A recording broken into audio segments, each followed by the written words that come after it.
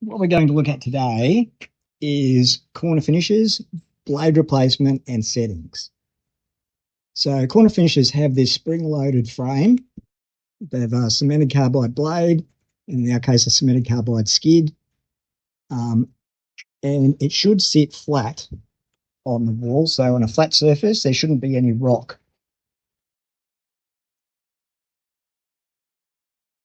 And you need to have clearance between the blade and the skid. So in here, we put a straight edge on top of there. There needs to be light under there. Same deal over the clip. There needs to be clearance. There needs to be light here. There needs to be clearance.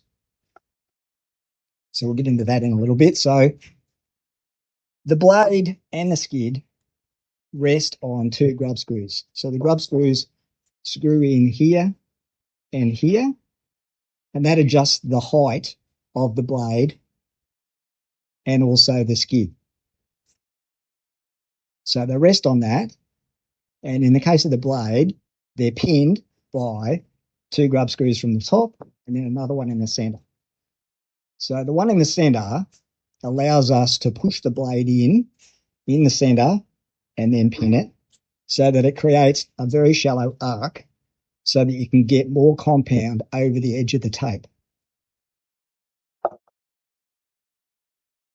So if you're just doing a blade replacement and nothing else has changed, it hasn't been damaged, it's a simple matter of removing or loosening these three grub screws.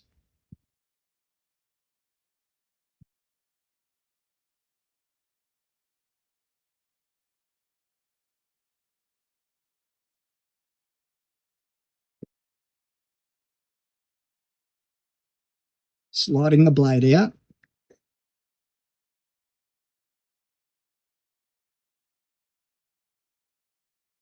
And then sliding a new blade in. So hold the finisher so you're compressing the frame. Push the blade in so the apex touches, and then tighten the outer grub screws. And then push in the center and tighten that center grub screw. Right, and then check how they're sitting, that the points stay together, the apex, and then check that it sits flush on a flat surface. So we've got a surface table. It doesn't have to be a surface table. You can use anything that is relatively flat. Kitchen table if it's flat, chopping board, whatever. If there's damage or if you need to adjust, let's go into that. So without learning how to make a corner finisher, if you need to adjust the height, so say when you put this down, it was rocking here, then you need to loosen that screw and then tighten that screw.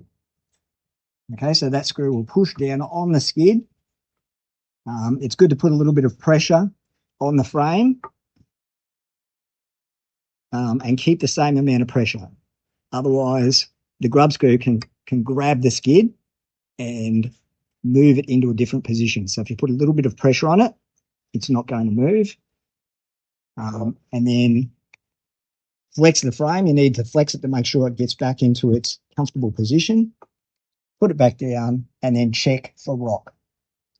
If this was too high, so this end's floating, then we need to loosen the grub screw, unscrew this grub screw, and then you need to tap on the frame a little bit to push the blade back in. Same deal, apply a little bit of pressure, tighten up the grub screw, check the settings. Now, anytime you move anything, you've also got to check the clearance. So we talk about how much clearance we should have. We want about 10 thou here, about 1/4 mil, up to 20 thou or 1/2 mil.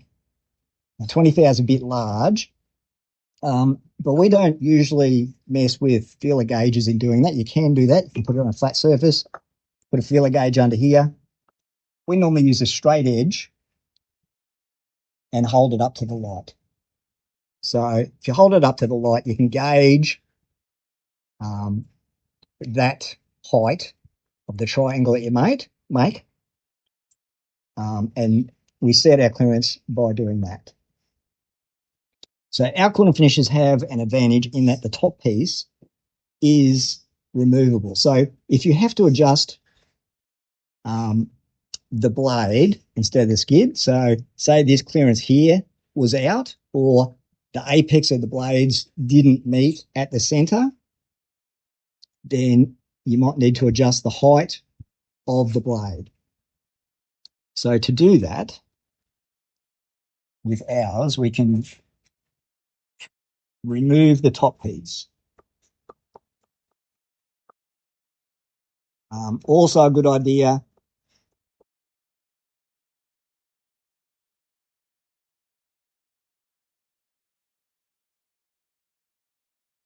if you have any compound buildup behind the apex of the frames. So we've just got that's the spring screw and this socket screw, and the whole top piece comes off. Okay, and it fits in this little slot here. So that gives us access to these two grub screws. So we can set the height of the blades while it's attached to the finisher. Okay, you can't do that with any one-piece body design. So if you push the blades together and they're misaligned, then you can adjust the height and watch what's happening as you do it. When you're setting the blades, if you have to do a full service, for example, you're replacing blades, push, so bring the frame back to 90 degrees, push the blades together, tighten one side, push the other side in, have a look from this side and make sure they align with the clip. So once that is floating in the correct position, and we think it's important that you need to be floating on those adjustment screws. Then you can tighten up those top screws, put our top piece back on, and you notice that if you're trying to clean it, you can get right in here, clean everything. You're not taking the frame off. You're not having to muck around with the clips. You can just take that off, clean dry compound out of there, because one of the key things with dry compound behind here is that you stretch the clip. So if there's dry compound here and you flex the frame, it will stretch that clip. And then you'll have an apex. The two blades won't meet, they'll be apart. So put this back together.